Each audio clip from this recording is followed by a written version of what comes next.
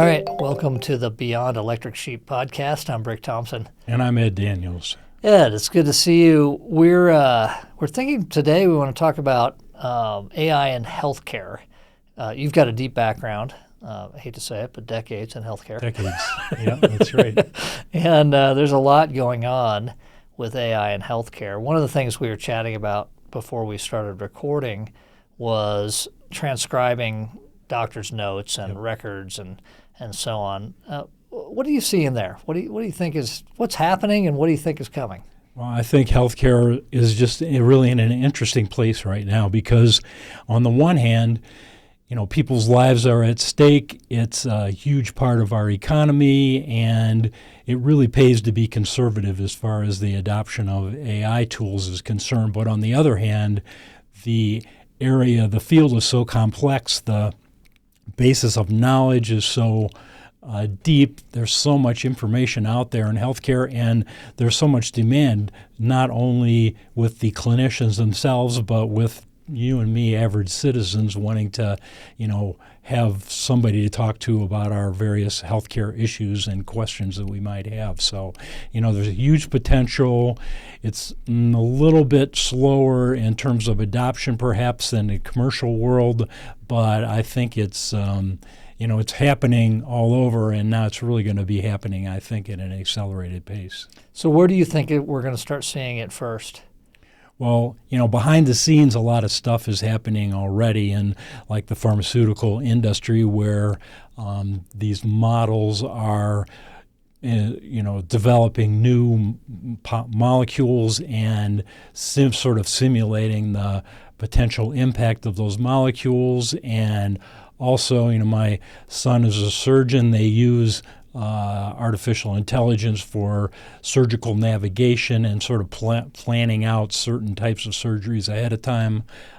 So there's a lot of things happening there. And, as you pointed out, my special interest is especially in the clinical practice itself and how data is gathered from the clinical experience and then how it gets exchanged around the healthcare system and stored.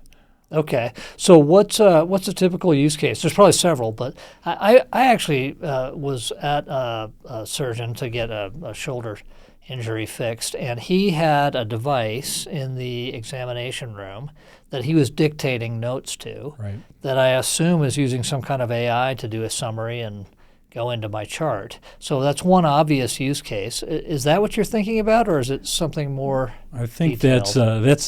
that's a big part of it. So much, a lot of healthcare data is coded. When you submit a bill to an insurance company or send a prescription to a pharmacy, that's embodied in a code, a standardized code, a ICD-10 code for the classification of the disease itself, or an NCPDP code for the definition of what the drug is that's going to be administered. So those codes are sent, but a lot of what occurs in the exam room is just what you said. It's a narrative description. The doctors are trained to use certain sort of standardized language and sequence, but the words themselves are still in English or whatever the language is that the physician is using. And how do you capture that data? Do you just transcribe it? A lot of time and effort went into, of course, to just trying to capture verbal language spoken and translate it into words and sentences. But what about the meaning behind that? How does that get extracted? So that's something that I think we've only seen now with the advent of these large language models, the ability to really be able to extract the information from the dictation, if you want to call it that, and then be able to do something with it. Okay, so in its simplest form, it can transcribe what the doctor's saying for a record in the chart. But if I'm understanding right, the maybe the bigger value is taking those words, that natural language, and converting it into the codes you were talking about. Mm-hmm. For maybe it would represent what the injury is, what the surgery might be, what the Exactly. drug he's prescribing is, and coding it.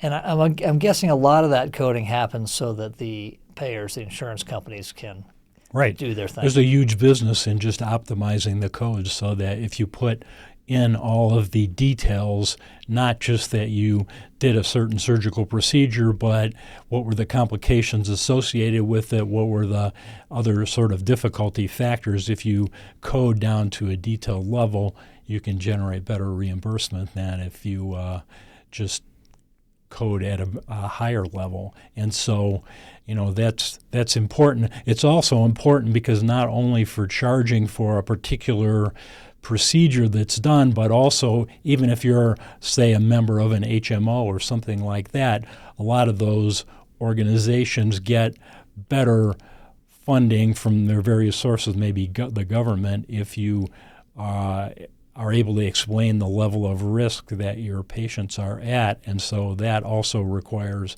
some more detailed coding than at the higher level. I've got to imagine this is coming fast. People have got to be doing some of this already. Do you know? They are doing it, and I think it's just a continued evolution now. We still have to be careful with the use of large language models in order to validate that they're not just making up a code, for example. But I think the bigger companies and the more advanced companies are, I think, making progress in this regard. It makes me think of a story I told you just a few minutes ago. My younger brother, was visiting, and he needed to change his flight to go back to New York, and he called up United Airlines and got, obviously, an AI agent and did the whole thing through this AI agent. It was fast. It was easy. It was shocking to me, actually. I hadn't seen an agent do something that seemed complex, actually, with his requests and so on, and do it so seamlessly.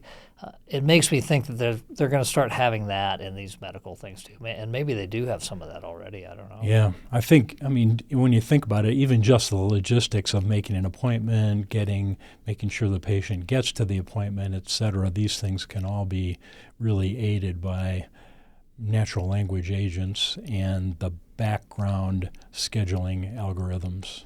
So what are the sticking points to just having this roll? Well, it's always complicated, and again, it's high risk. There's a lot of opportunity for error. There's, not only medical errors that could occur if you coded things improperly or didn't properly interpret what the clinician said, but, there's also legal jeopardy if you mess up and your AI makes up a code that's too high, it generates too much reimbursement for the procedure that's done. So, I think there are a lot of sort of hazards around the edges that have to be worked out. So, yeah, as you're saying, it's making me think that the payers may be the last people to say, okay, we'll take it. But they deal with problems with miscoding all the time. And in fact, there's fraud problems. People miscode on purpose to get over reimbursed. I think for Medicare, you're always hearing about these things. So I'm not sure it's that different a problem. Maybe it's more accurate if you have a good agent doing it. And I guess it would have to be a trusted agent. Maybe Epic has their own and it's certified, and the payers understand the certification, safety, and so on. And so as long as it comes out of that, they're happy. The government's already prohibited in, I believe, Medicare Advantage plans using AI to deny care to people. So, the regulatory process also is, just sort of standing itself up for these kinds of things.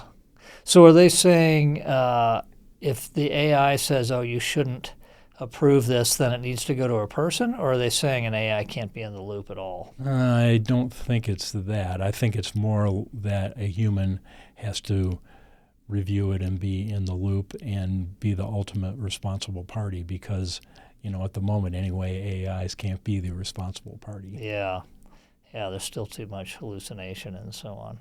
Yeah. Fascinating. Okay, well, why don't we wrap up this discussion, and we'll come back and do another episode. Great. All right. Thanks, Rick.